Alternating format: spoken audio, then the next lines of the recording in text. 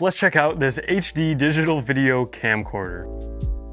So this is the box you get right here. Now this one also doesn't seem to have any sort of brand on it or anything like that. It's just an HD digital video camera, full HD 1080p, and again, pretty basic packaging, but it does have the specs on here. So full HD 1080p, 24 megapixels, looks like a 3-inch screen, and then 16 times digital zoom. And so this camera comes in at $52.76. And this one is a #1 bestseller in camcorders on Amazon, on the entire platform, with 2,000 plus bought in the last month. So this is another camera that just so many people are buying and using, and it's rated pretty well, that I just gotta check this thing out and see what you actually get for this for 52 bucks. And so this one again boasts all these specs, all these pictures that show, you know, these crazy video recording specs, 1080p, 24 megapixel resolution. You know, it shows them zooming in so much on this picture and still looks perfect. But if you kind of look more into the specs, it says full HD 1080p, 15 frames per second. 15 frames per second in 1080p, I don't think that's really usable for anything. Like, that's gonna be extremely choppy video that if you're like vlogging or just recording anything in handheld, which you're probably gonna do with this camera, 15 frames per second, I'm expecting that to look terrible. Now, obviously I'm gonna test it out and we'll see what it actually looks like. But if you do look into these specs a little more, that doesn't really sound the best, but 24 megapixel, 3-inch 270-degree rotation screen, 16x digital zoom. It comes with 2 batteries. I guess all there's left to do is just check this thing out and see what it actually looks like. All right, so let's go ahead and pull this thing out. All right, so I got everything packed in right there.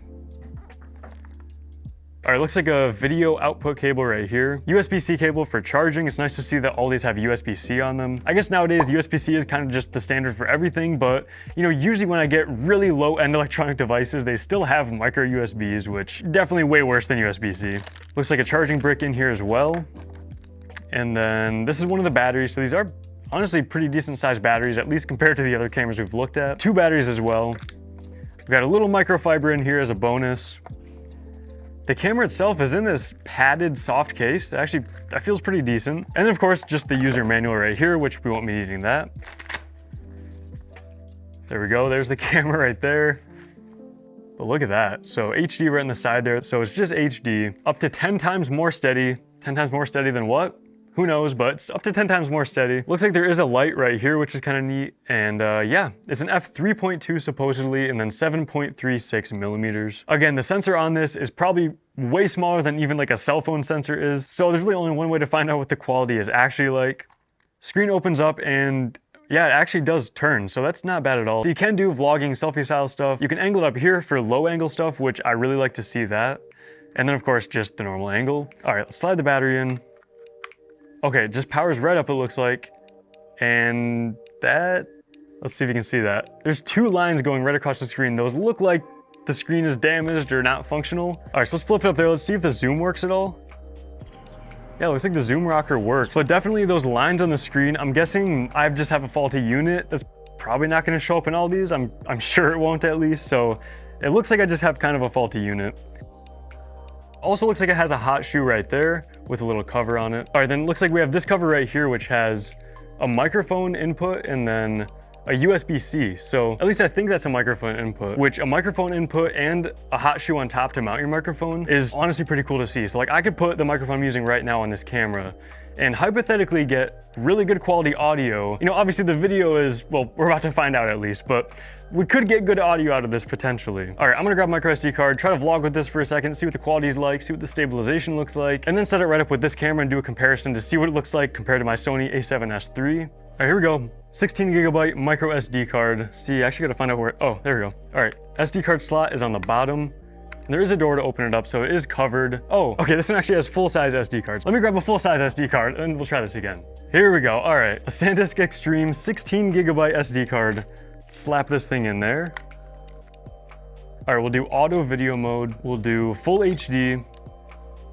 There we go. I can zoom in on myself there. There we go. Let's see if it focuses or exposes on me.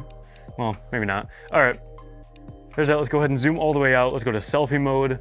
That's what the angle looks like. I kind of wish it was a little bit more zoomed out, a little bit of a wider angle, but this is full arm's length away right now. And then obviously this is the audio from the camcorder itself. It's definitely not very subtle when it comes to changing the auto exposure. You can see it's just stepping up and down, stepping up and down. For like 50 bucks, everything you get with this, you know, the quality just the whole experience in general, I'm really surprised about. Again, I just can't recommend this to like replace a real camera or to replace your phone for recording YouTube videos and getting high quality stuff.